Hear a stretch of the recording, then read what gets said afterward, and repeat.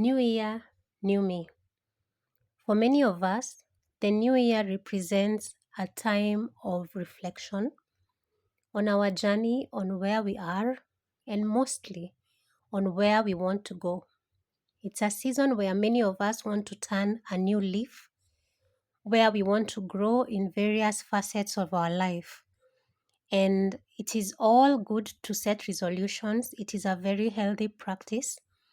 But if you're in a season where you feel stuck in a rut, like you don't know what steps to take, or you feel like goal setting and setting resolutions is giving you a lot of anxiety or stress, perhaps because last year you didn't achieve as much as you hoped to, maybe due to circumstances, maybe it's been a couple of years where things don't seem to be working out for you, maybe you had challenges in your health, or just life happened and you don't feel like you want to even think about a new season.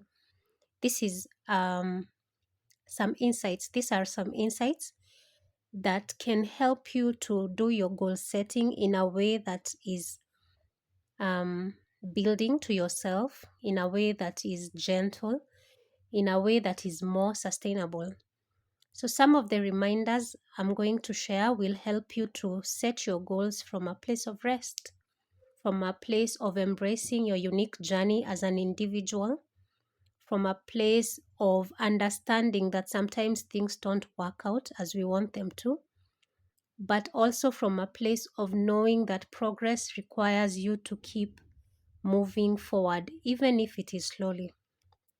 So, the first reminder is that growth always starts with small, sustainable changes. So, we all want to make big goals. We want to, just like New Year, New Me alludes, totally transform our lives from this end to the other. But growth takes time.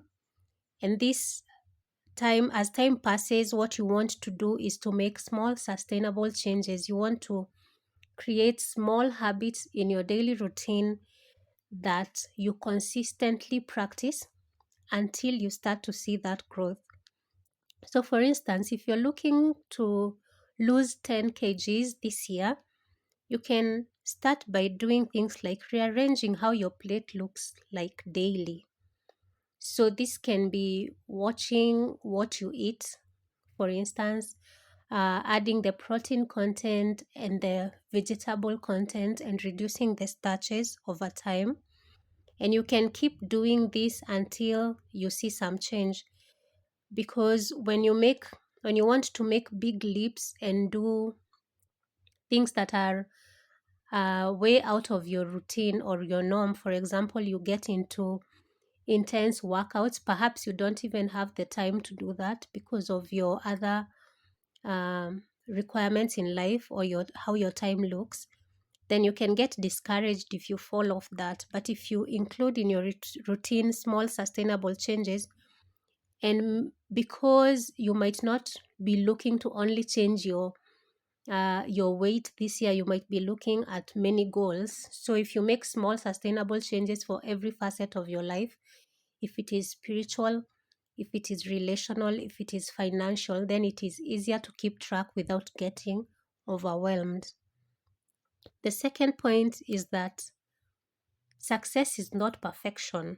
So it's usually said that it takes 21 days of consistency to create a new habit. So we are not aiming at perfection even in the resolutions that we are setting or in the goals that we are setting. What we are going to be working on is consistency. Consistency in doing that which we said we will do each and every day. But even as we go, we celebrate the progress that we make. We celebrate the progress that we make. And if we fall, we just let it go. And tomorrow we try again. So we are going to be kind to ourselves where we don't do it perfectly, but we are going to keep doing it until it works out, until the habit sticks. The third thing to remember is that resolutions do not guarantee instant happiness. Now, the fact that you set a goal does not mean you have attained the goal It's going to take a journey to get there. But even as you on towards that journey, I'm encouraging us to always be, as I said, celebrating progress and to be happy where you are. Even as you walk on this journey, embrace the journey, love the journey. Even if it's uncomfortable, just remind yourself that what you're working towards is worth it. As you set these goals, set them realistically so that even as you go towards them, you know that you're aiming at achieving something that is actually achievable. Now, there are a few things that we have to drop so that we can start the year on a good note. And one of these things is we have to choose to drop unrealistic expectations. We're a generation and a people that like instant results, but uh, microwave changes don't last. And if we want instantaneous change, we will get a lot of stress and anxiety because, as I said, growth starts with small, sustainable changes. We can't grow overnight. We can't be an overnight success. So we have to choose to drop these unrealistic expectations. Number two, we have to choose not to compare. Now, we are in the age of social media where we are previews to people's lives. We have seen people make perfect vision boards and resolutions, and we have seen them tick off achievements in public. So sometimes subconsciously we find ourselves competing or as if the goals we are setting for ourselves are too small.